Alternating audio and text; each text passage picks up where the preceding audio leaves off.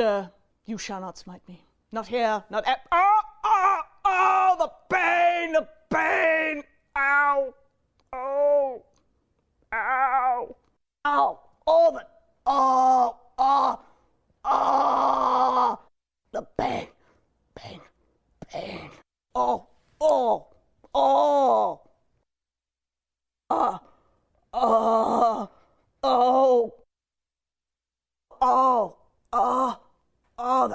The pain. Oh! Oh! Oh! Oh! Ouch! Ow! Ow! Oh! Ow! Oh! Pain! Ow!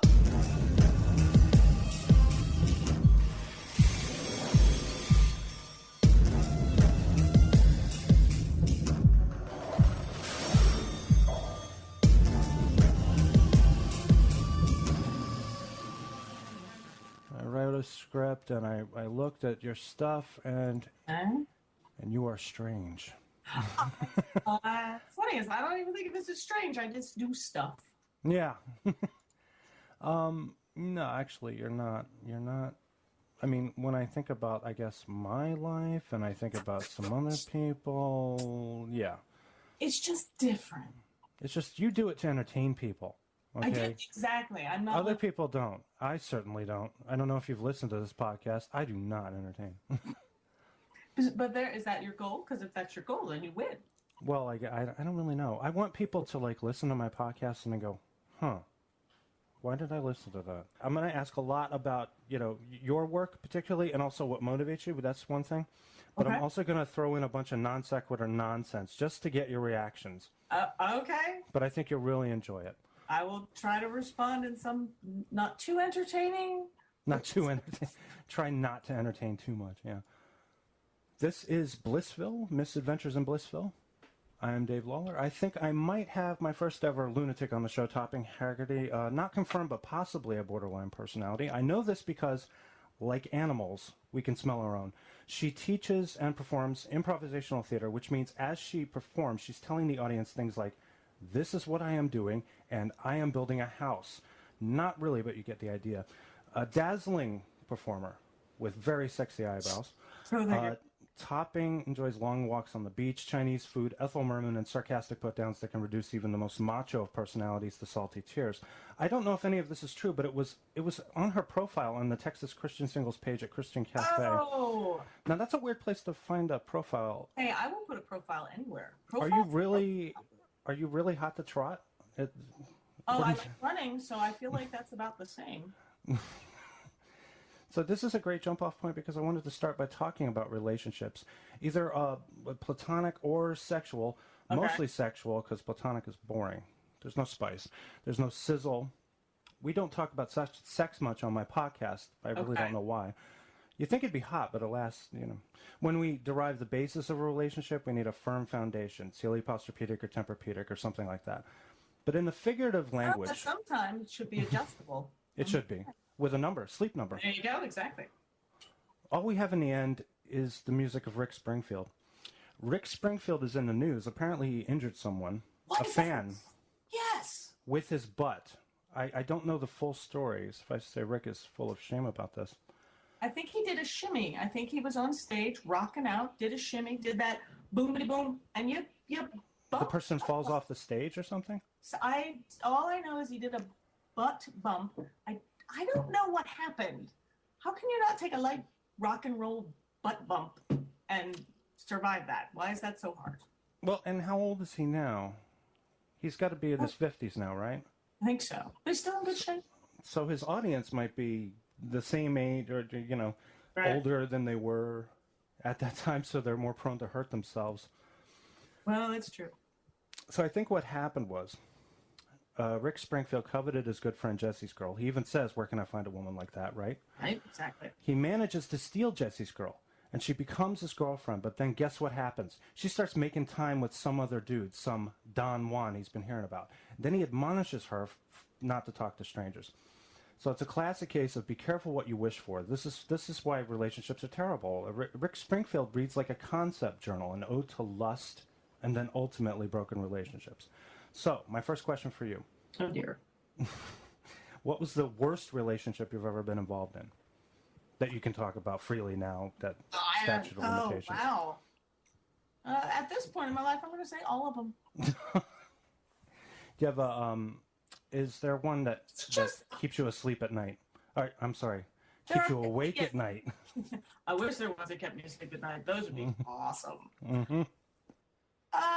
Yeah, no, I think it's ones that you just walking into it, I was like, he's an idiot. But you know what? Maybe my standards are too high. Oh, no, standards? He's a jerk. Maybe my standards are too high. Maybe I wanted somebody who, yeah, it was not the greatest moment by me, because I kept thinking, well, maybe he doesn't need to remember my birthday. Maybe my standards are too high. Maybe he doesn't have to remember anything about me or want to hang out with me. Maybe my standards are too high. It was really a low moment on my part. So are you drawn to the mind or to the physical? Mind, because I realized somebody once asked me what my type was, and I don't think I have a type. If I really good conversation or. So the guy could be as ugly as sin, but have a really great mind. Yeah, as long as he can express it, because some people can be as ugly as sin and they get all wrapped up in how they look and they won't talk to you. Yeah. They're like, well, I can't tell how awesome you are if you won't talk to me. Yeah. Well, I had a girlfriend who cheated, so then I subsequently cheated on her. It was a weird Bob and Carol style swap, an involuntary swap, because it is infidelity. Let's not kid ourselves. Right. But basically, my best friend at the time screwed my girlfriend, so I did the same with his girlfriend, and it was her idea. So I was like, why not? Sounds good. What could possibly come of this? But then I've had crazy kooky girlfriends, just total weirdos. I had a blind date one time. It was like applying for a job. I go out on a date with this girl. We saw a movie. I think it was Wild Orchid 2, Two Shades of Blue. Oh. I wanted to see Deep Cover with Lawrence Fishburne and Jeff Goldblum, but I got roped into this. I didn't even get a kiss. And the next day she calls me and tells me, basically, Mr. Lawler, I'm sorry, but we're going in another direction. The best of luck to you. So well, you should have known from the movie she chose. Now, I am a chick, but that movie, just why? Why? I'd rather see Deep Cover. Why would you see that movie? Had you seen the first Wild Orchid? No! Why would I want to? It just is wrong. Well, what kind of movies do you like? I'm definitely I go for my chick fix, and I don't admit it to a lot of people, but now I am. I love a good, ridiculous cop buddy film. Okay. But I watch a lot of sci-fi. I'm a sci-fi dork.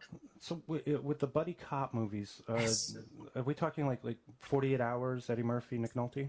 That's almost too good.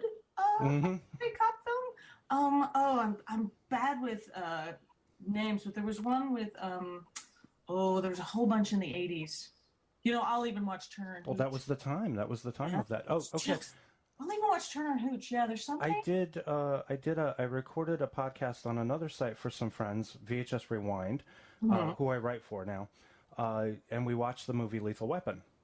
Oh. So what did you think of Lethal Weapon and Lethal the Weapon ensuing? made me happy, but it slowly, as we went on from number 2, number 3, number 4, it just let me down. Right. It was such a simple, easy thing. They didn't have to let me down, but they tried to get more deep or more.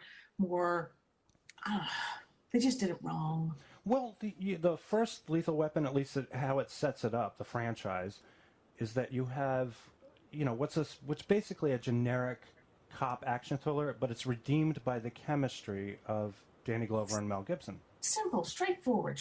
It's beautiful. Now, moving on, a nice transition to your work. I want to talk first about the short film that I looked at. You did this 48-hour film festival thing. Yeah. And it's called Abraca What. Yep. We like to say it, Abraca What. So it's like magical. This is my interpretation. Okay. Magical foster kids meet prospective parents, two normal-seeming human couples who are vanquished because they failed to bring their own bucket. Yes. A puppet couple who do bring their own bucket. Yes. Apparently composed of souls. Yes. It is BYOB, and you know what that means. So you shot this within the allotted 48 hours, edited, scored the thing. Now, was this something you had floating around in the back of your head, or did you put it together on the spot? No, this is where I think I failed because I didn't. Me and then my friend Beth and our friend Richard decided we wanted to do this. We were going to follow the rules exactly. So I wrote the thing and we did it. We knew we had people we could cast, but everything else we did within the time period. So at 7:05, when Beth got all the information, she sent me an email going, "These are the words that have to be in it. This is the genre we got." And I just wrote it. I didn't have anything in my head. I just spit that out. And then I had to go to a show at 9. So I did the first draft in about 2 hours. I sent it to Beth to look at. I had to run across the street to the theater to do a quick show. And then I came back, finished it up by about 1 a.m, sent it off to her. I went home, slept for about 3 hours, got up, made copies, and off we went. You did this over a weekend? Yes. Yeah.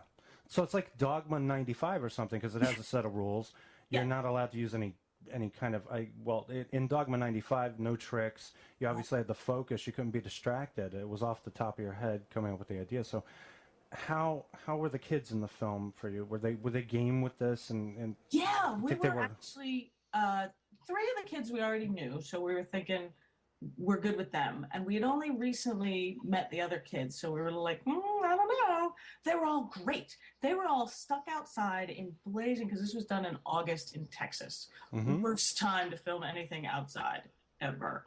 And they were all great, and there was no complaining, and everybody was gung-ho, and they took direction really well. It was one of those, we had this idea that bad things would happen, and we were all sort of emotionally prepared for it, and nothing happened.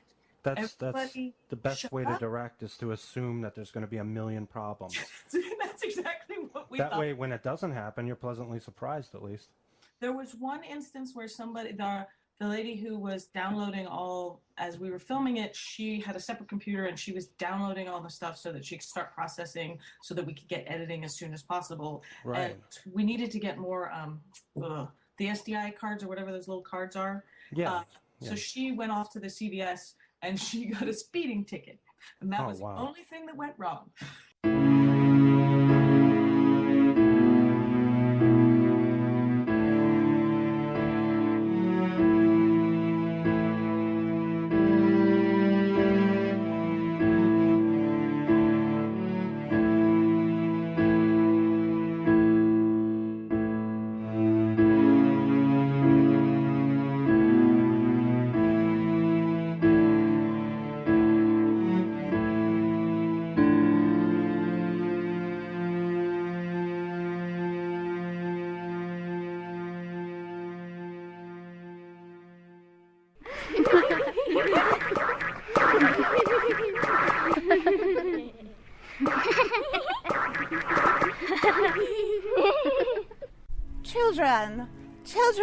Children people, gather round. Hurry, don't dawdle. Yes, Lady Lord Sparkles. Today you are to call me Mrs. Sparkles. Lady, Miss Sparkles, we do not want to stay here. This world is not magical. I am keeping you from magic for your own good. We are finding you homes to pupate in. We do not like our own good. But your magic will be gone soon, and you will need somewhere to live. We do not like soon or somewhere. Phooey. So I notice in the movie and in the subsequent puppet theater, yes, you're working with the puppets now. You do this thing called the Muppet Attack method. It's like the rhythm method, except completely different. But I was wondering, how much were you influenced by the work of Jim Henson? I don't know if I'd count it as influenced. I watched it all the time as a kid. I loved Muppets, loved them. I just do it. I don't know that I ever thought of I will be like Jim Henson. I will build puppets like him, and I shall own that world. Well, did you ever see any of Henson's early work for Saturday Night Live? When the show first started, it was very funny, also very adult, very mature in themes. He built his puppets. These are like puppets outside of the Muppet thing that he was doing. And it had a really adult sensibility about it. It kind of reminds me of that in a way. And I really liked his early... He was fired from working for Saturday Night Live along with a bunch of other people. Like in the first... You remember, like, I don't know, Albert Brooks did short films for them. Yes. Jim Henson did the puppet work. They were let go because they were kind of using these additional entertainers to kind of build up the original cast. And then they discovered that the cast was, very good. Right. They didn't need the help, so. But yes, as you pointed out, my puppets are adults. They curse, they get mad, they will kill people, they will kill their own handlers. They're very unique puppets. So I remember I tried to put together a movie with puppets a long time ago. I couldn't get a story together. I was going to have Bronwyn do the backgrounds, and we were going to perform something, but I had no idea. I had no story. And I think I wanted it to... what I wanted to do was play it completely straight. Like even a drama, but with puppets, right? Yes. Like maybe like an after-school special vibe to it. I was looking at something the other day. It was a show that was made in the 70s. It was called Insight. And there was a particular episode where Maureen McCormick, who was Marcia from the Brady Bunch, yes, she plays a teenage slut, essentially, and she has to talk to a counselor, and she keeps going on and on about how she loves sex. That's all she ever thinks about, sex, sex, sex. That would have been awesome with puppets. If I had a story like that with that dialogue and puppets doing the lines, you could create that. You could still do that. Get a couple of puppets, find the script to that, or listen to it, write it down. You can still do it. Yeah, it's not so yours. Now your puppets. Yes. You built these. Correct. And did you do it from scratch, or did you start with a sock and add things to it, that kind of thing? I have actually never mastered the sock puppet. I have one sock puppet, and it's very awkward. I used to belong to a group called the Puppet Improv Project, and Sarah Farr, the lady who runs that, she makes all her puppets, and so when I was part of that, she would have us help her make puppets. So I learned to make puppets that way. So most of my puppets were from scratch, but then in August of this year, I did a big show with my puppets, and I got a little crazy, and I wrote... What do you mean? I wrote a show for 24 puppets, but I didn't have 24 puppets. Oh, wow. So you had to consolidate the dialogue a little bit. It was like, oops. And then I got the brilliant idea, I'm just going to go to a thrift store, buy some stuffed animals, turn the stuffed animals into puppets. Not a problem. It's going to be so much easier. Yeah. I was completely wrong. What happened? Because each stuffed animal is different. So it's built different. So the internal workings that you need to make for the puppet so the hands fit well and the head doesn't droop, for each puppet it was different. Where when I make them from a form, I already know they're all exactly the same. I just have to make all the same stuff. So the puppets look great, but oh my God, it was so annoying to put them together. So I would assume with the stuffed animals, you assume that the way to go is through the ass. Cut a hole in, stick your hand in there, and then everything. But you got to find the right kind. Like, obviously, Beanie Babies aren't going to work. You're going to have to find... Too small. You got to think about the neck size, because you might think it has a great big mouth, which is important because you need to cut open the mouth so you can get your hand in there. But if you can't get your hand through the neck to get to the mouth, that's not going to work. No. The head is too small, so that if you go through the head, you lose the face completely. Yeah, it was. There's a lot of more things to think about than my brilliant head had thought about when I came up with that idea. Now, when you perform, yes, is it your mission to make people laugh, or think first and then laugh? I don't have a mission, but I think I tend to make people think. They either think or think and laugh. I'm notorious for being the interesting one if I'm doing improv, right. Where I like being, I guess, more truthful, but as you have stated, my version of truth may be slightly altered. So I'm definitely more get them to think, just because they're going to remember. You're not warped. If I were to describe you, it would be exceptional. You're exceptional. You're a winner, like that. I feel like the way I think is, and certainly if you're expressing it, not in real life, because I don't like to be mean or cruel or anything, but I can see a simple suggestion or a simple idea and expand on it exponentially, because why not? If it doesn't hurt anybody and I'm just on stage, let's go. Where some people, they're a little trapped in their own universe, so they don't expand past what they have experienced or what they've read. That's always my problem with some people who are so darn smart and they know all the information about all physics and everything you could possibly think of, but then they can't make guesses as to, if they know this, what else could be true in the future. They can't make that leap, and they're no fun. I want to be the person that makes the leap on stage. It's much more interesting. I'm sorry, I missed everything you just said. Yeah, it's okay. I'm just kidding. That was a joke. See, I'm trying to be like that incredibly smart person who's just thinking about... Anyway, so the confronting of personal pain becomes the entertainment. I get this indication when I look, when you're doing your improvisation, anyway. Are you drawing on your life to do what you do? I would say I'm drawing on my responses to my life, because a lot of my life has been amazingly entertaining. Yeah. But I think I still have very much an actor in me, and I love the idea of being a bunch of people I wish I could have been, or making those leaps on stage that in real life I would never do. But so it's not necessarily me, it's the hyper me, the me I wish I could be, the me that it would have been fun to be for a short time before you jump off a cliff and then stop because you don't want to be the person that jumps off the cliff. That's what I was saying the other day to somebody, that I like the agony bit, but it does feel personal. I mean, it's just it's a puppet writhing in some kind of an existential or emotional pain, and I feel like it feels real. I don't know why, but a puppet feels real to me. I feel, well, a puppet people I feel can relate to a puppet when it's doing a slightly serious thing much more than they can if it was a human. If a human did that same scene, people would think it was ridiculous and not funny and wouldn't have any emotional attachment to that or its moment. Right. But if a puppet does it, they can I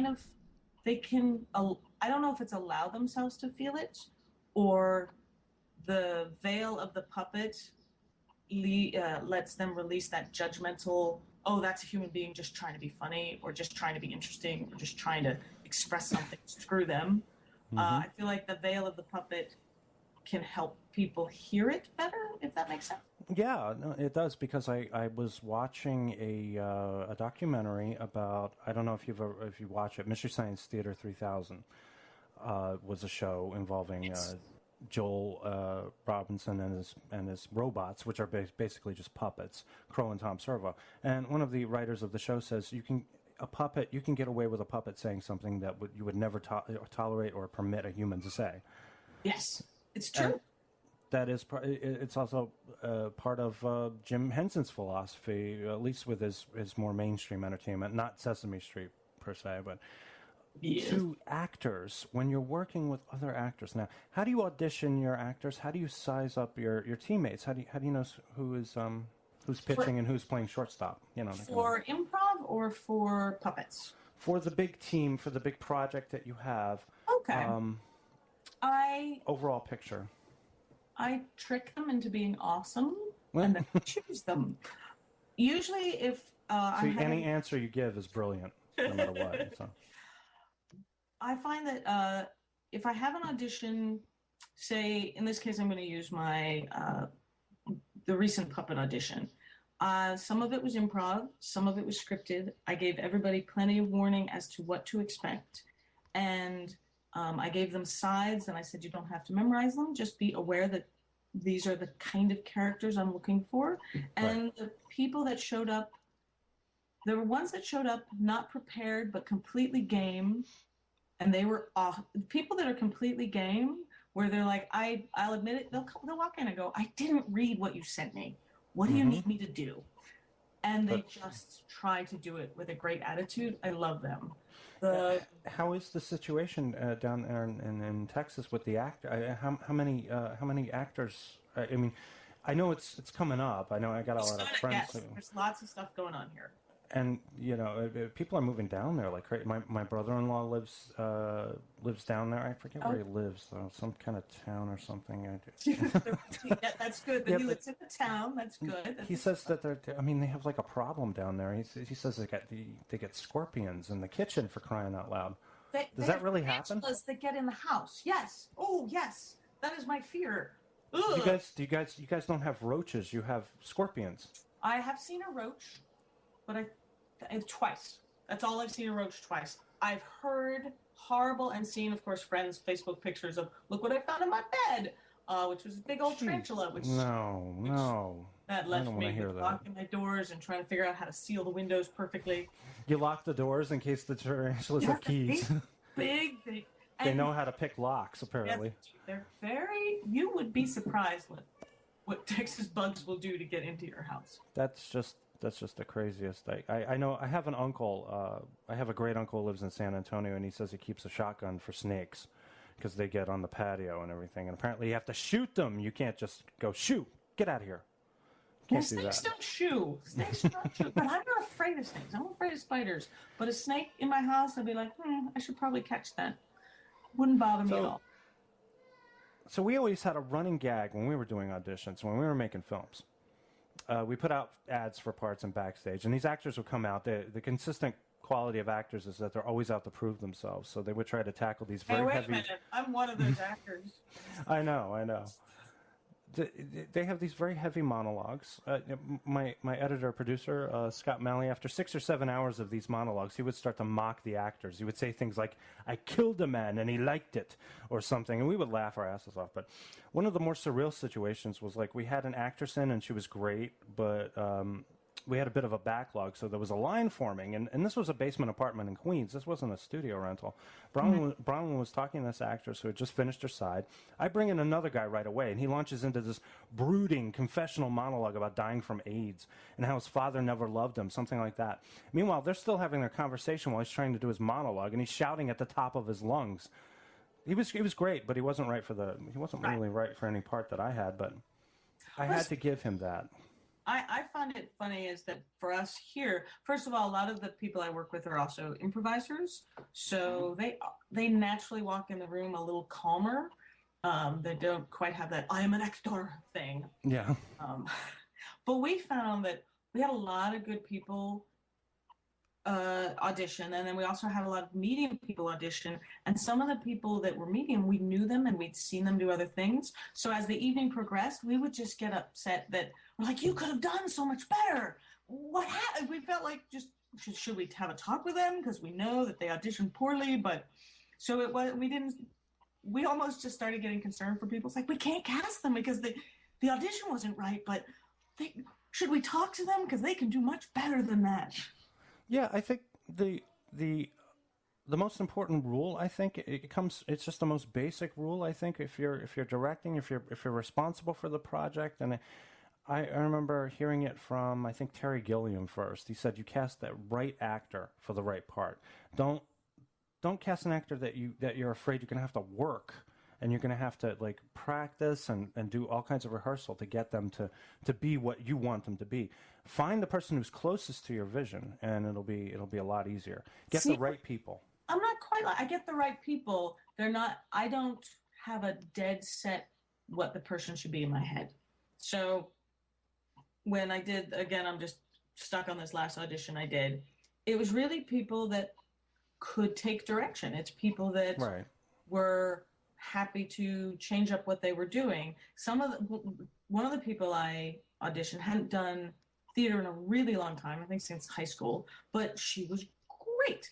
Like, she took direction, she did exactly what you asked her to do, and she added a lot of layers. Like, most of them did. All the people I cast, they walked in the room, you're like, oh, they'll be okay. And then I would say something like, well, do a little something else with it. And they just blew my mind. And they were not, some of them had never done puppets before, but if they had the right attitude, I'm like, hey, you can do puppets. Let's do it.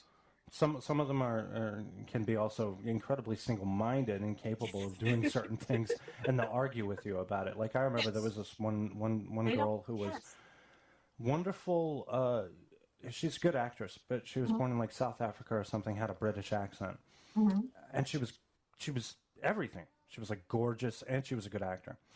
And I said, "Can you drop the British accent?" And she was like, "Oh my God, no, I couldn't do that. No, I'm not going to do that. No, you can't ask me to do that. No. I swear to God, she was like about to, burst into tears over that. So there was a movie made way back in 1987, before the dark times, before the Empire. It was made by Peter Jackson, who would go on to make The Frighteners, the Lord of the Rings trilogy, this massive, tedious Hobbit saga that never ends. It was called Meet the Feebles. It was basically an adult version of the Muppets with violence, language, and sexual situations. It was like an insane romp. I loved the hell out of it. I remember we rented it from, I think it was Kim's Video downtown. So I could show it to Bronwyn. 5 minutes in, she's like, "What the?" And then she got into it because she's a big Muppets fan. She appreciated it. Did you ever see the movie? I didn't. Strangely enough, I didn't. Everybody asked me that, and now I feel like I need to see it. My puppets are loudmouthed, and they say bad things, and they do intravenous drugs, and they're bad. It's very, I'm not sure about now, but it was very hard to find. I mean, you could not find it on DVD, or let alone Blu-ray. I mean, VHS is where it only seemed to exist. So I may never see it. You know what? I'm going to find it for you. I'll send it to you.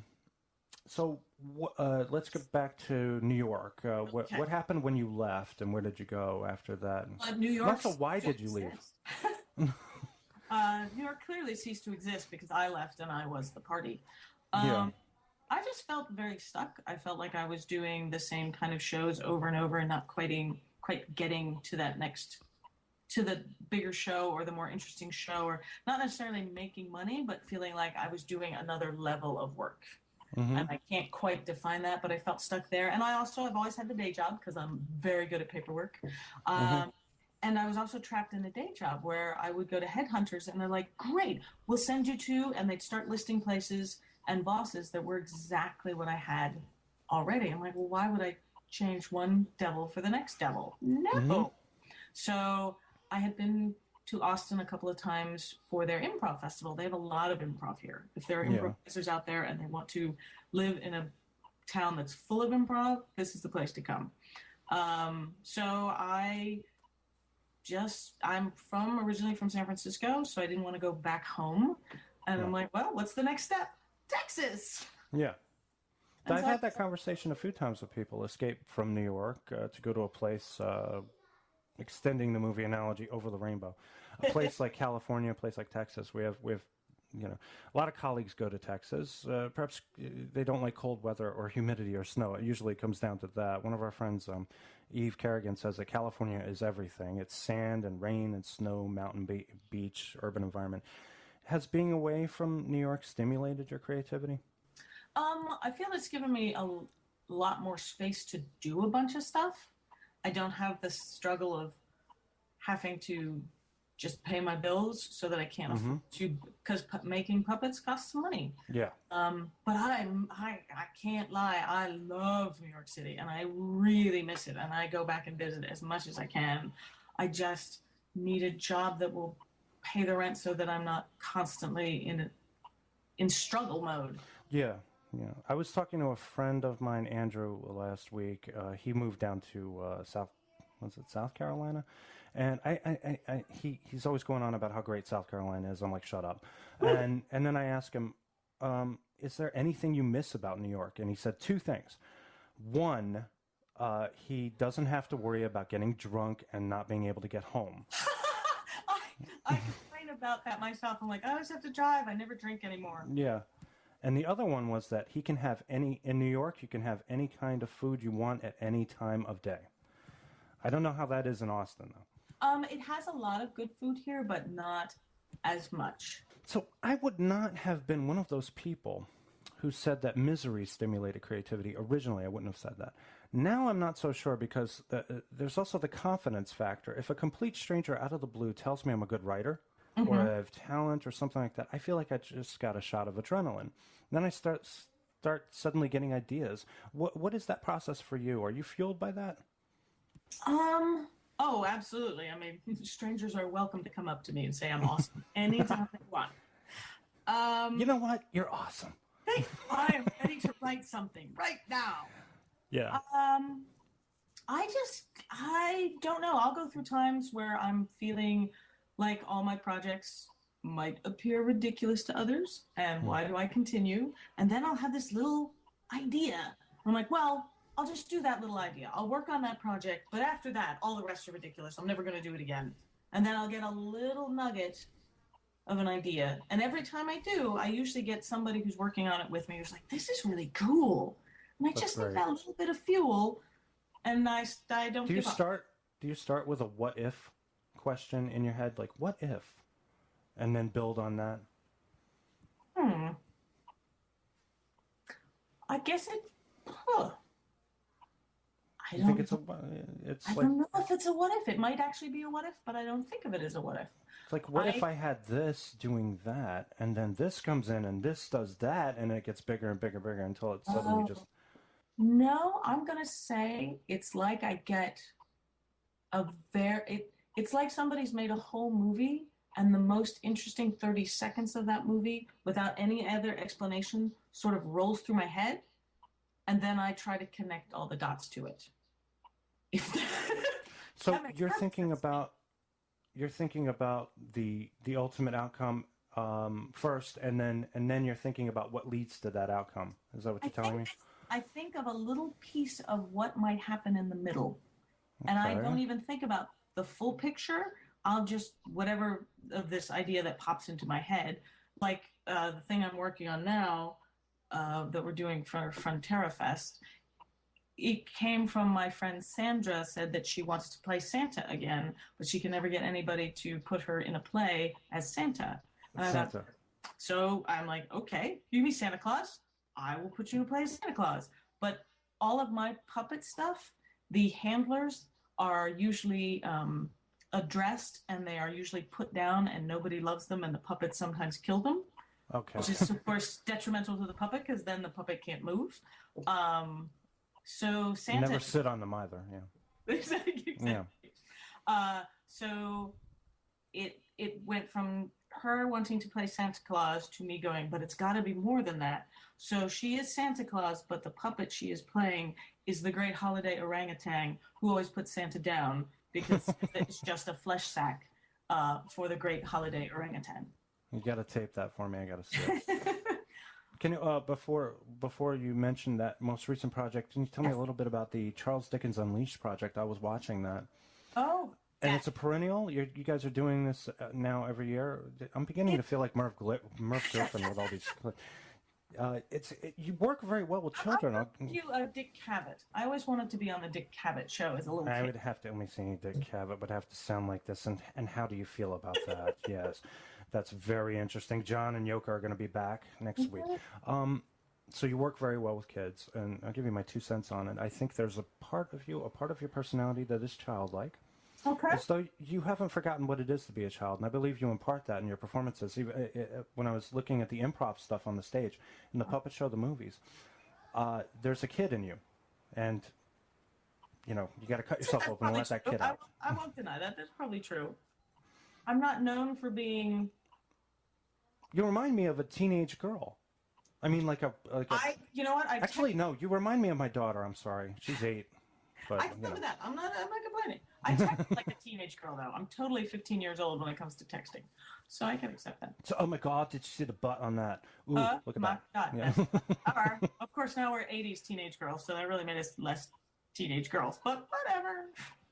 So you're doing the Santa Claus thing. This is I love Christmas stuff, and when my friend said she wanted to be Santa, I'm like, you can be Santa. I will make you Santa. You know, it's because that is your mission. I think your mission is to. Someone makes an outlandish request, like, I really want to wear a Santa Claus suit. You're going to be like Santa Claus to them and say, you know what, you got it. I'm going to work this out, and I'm going to do it.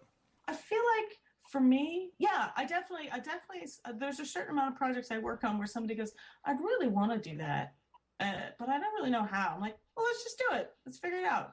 So I definitely have you can do it. There's no reason you can't do it. let's do it, and I'll help you do it, because it's I know that nothing is perfect, but you can do anything a little bit. Like that 48-hour film festival thing, I would have liked. I'm not going to tell you where the big hole is, but there's a big sci-fi hole in that script. But you know what? We got it done. It's up. We have something to.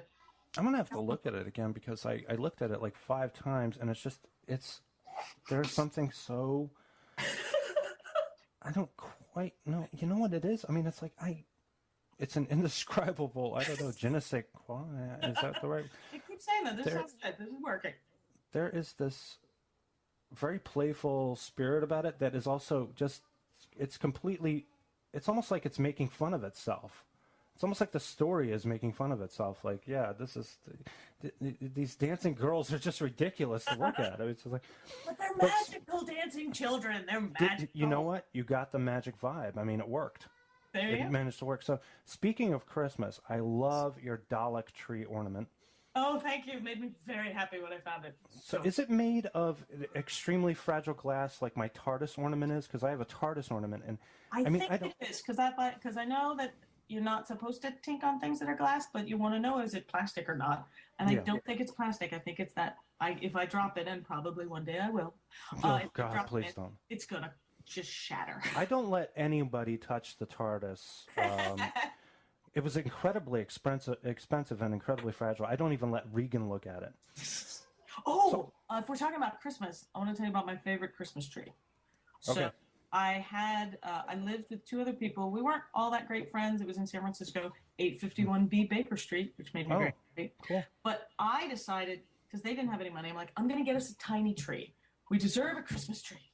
So I went out and got a tiny tree that was maybe, I'm going to say, 4 feet high, and I didn't like a Charlie Brown Christmas tree. Yeah, kind of.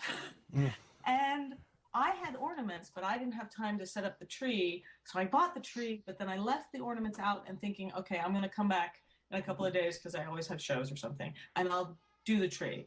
And it was awesome. I came back. Jason had gotten into the ornaments.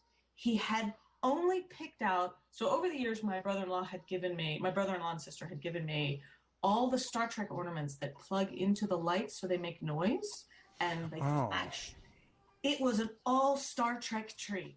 What did it? That's all it was Star Trek ornaments, all plugged in so they were all making noise and flashing. It was awesome. Oh, what kind of noise though? What kind of noise was it?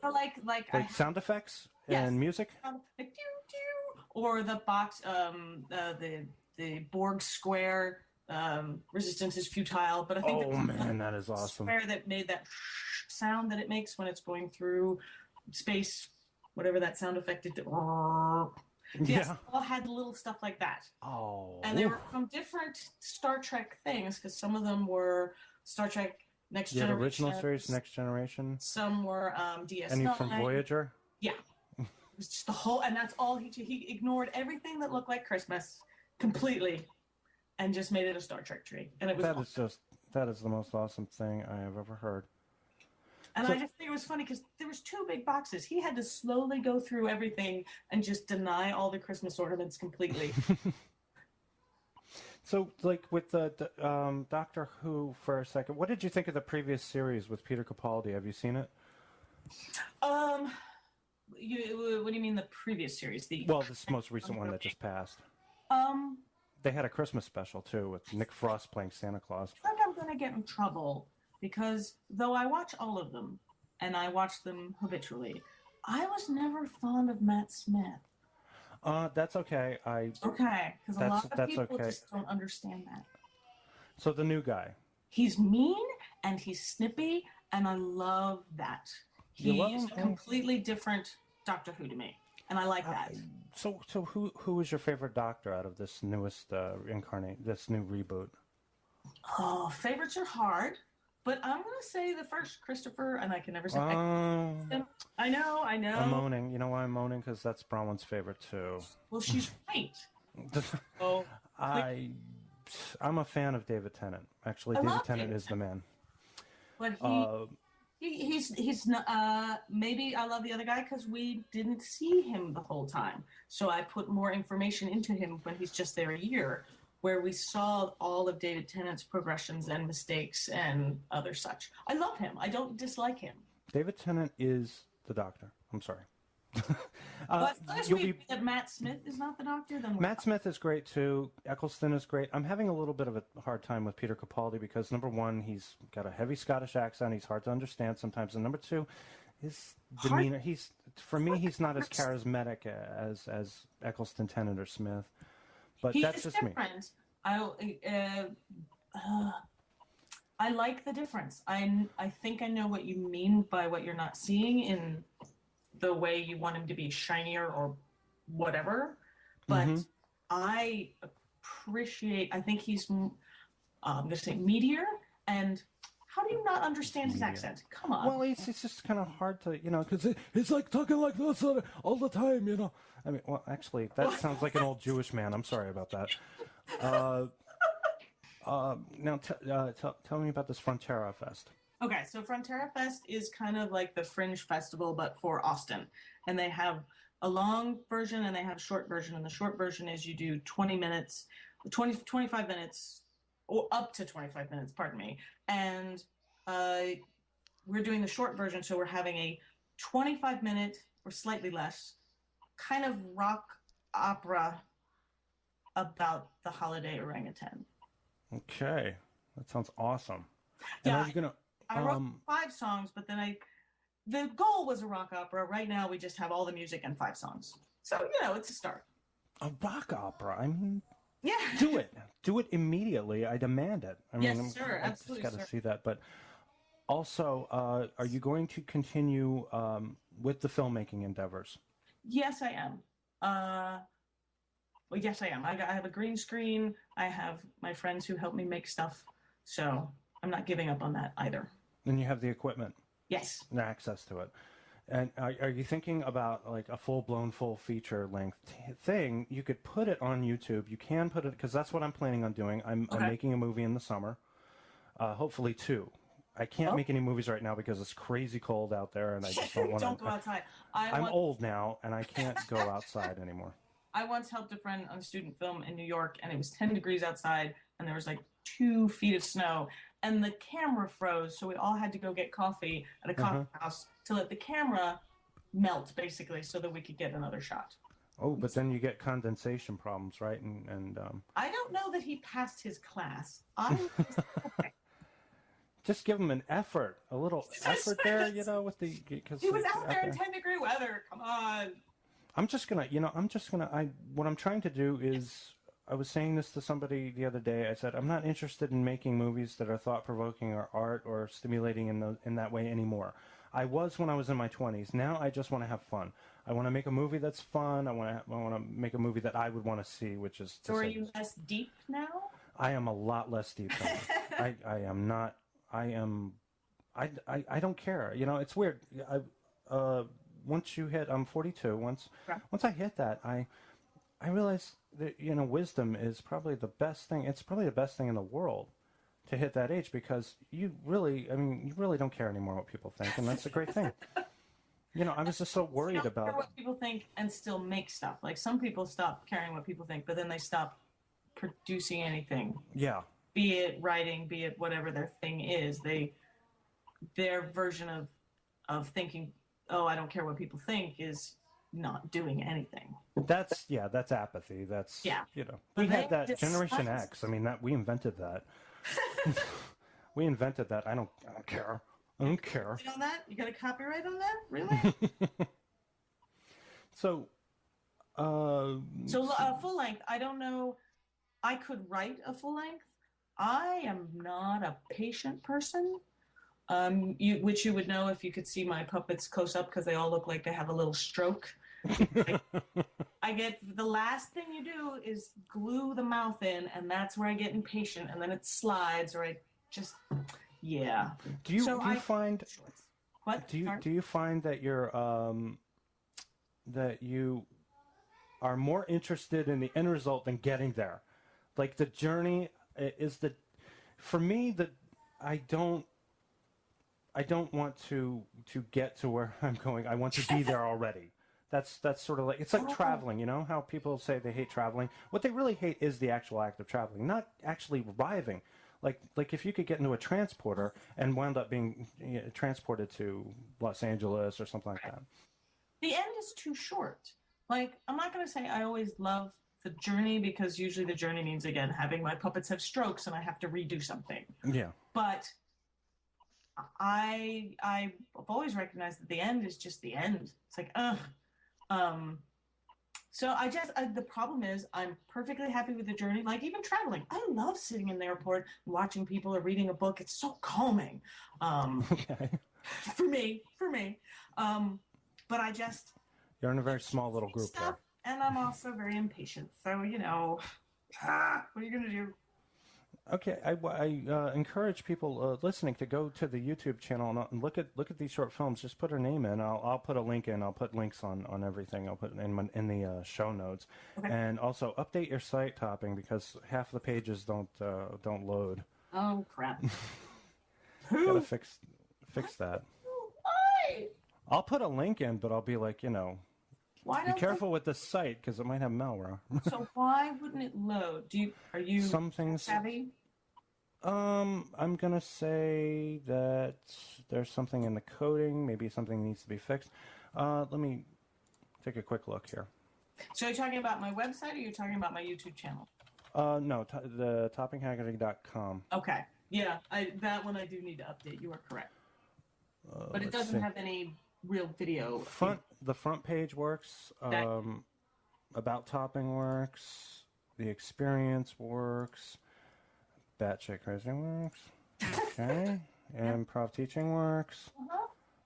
Okay. Yep. Did you just fix something while I was talking about it? Because these wouldn't load before. I am not that good. I mean, I'm good. Don't get me wrong. I'm awesome. Well, apparently you are, because everything is loading now. See, I am magical. It's just more proof that I am magical. All right, I take back what I said. You can go to toppinghaggerty.com. Let's change the color scheme, shall we? I had to have something, sorry. Yeah, no, that was... Okay, I want to thank Topping for joining me, and also this has been really fantastic because I've been looking at you this whole time and you can't see me. I can't see you at all. Nothing. You have no idea what I'm doing right now. I don't know that I want to know. There's lots of middle fingers at the screen. No, I'm just kidding. I got my middle finger in my head.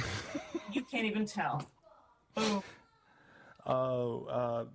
Okay, I just want to make one more comment. Sometimes on occasion you'll put up old family photos of yourself as a little girl. Yes. You look so much like the little girl in the picture, and also you look like you were such an incredible pain in the ass as a child. You look like you were. I didn't smile, so yes, I was a very super serious child. I was very quiet, which made it worse. Oh God! That's what I was up to. I was never making any noise. You didn't know where I was. So in that way, I may have been a bit of a pain. Yes. So like a little bit of, like Damien and a little bit of Danny Torrance. It's not my fault. I was given a Damien haircut. That is not my fault. So this was a lot of fun. Thanks again, Topping, for being part of this. Thank you for asking me. This was great. And I'd like to have you on again. Maybe we can do a kind of a current events, whatever's pissing you off this week, that kind of thing. There's always something that annoys me. And that is just a nice kitchen. You should really put a calendar, one of those calendar tapestries in the back there, because you got a bare wall. I wish you could see what I have. You would be amused by what's on the wall that you cannot see. Is it? It's not another poster of Frank Zappa on a toilet. Is it? I'm not that cool. No. But you have things like this that make me. Oh, check that out. That's awesome. And there's many things like that. I love that. That's great. So, but you can't see it. No, I can't put it back. Awesome. Dang it.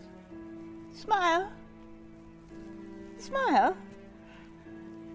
You can no longer go back to your worlds. So, smile. Excellent.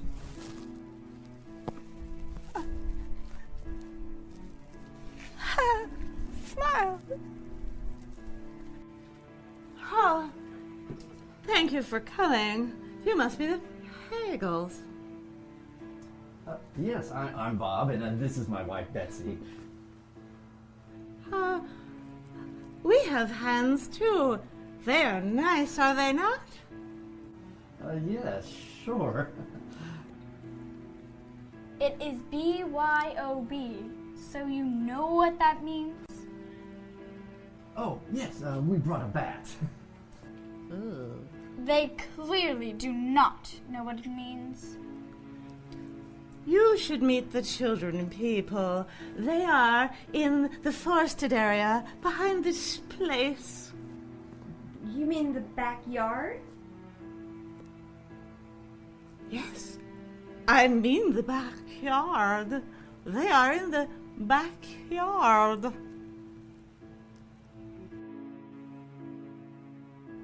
Oh, well, okay, here we are. Well, aren't you just lovely? We are lovely. Okay, wow. You're a funny bunch, aren't you? You are small for keeping units. Well, you're not too large yourself. You are bad with your words. What? He just said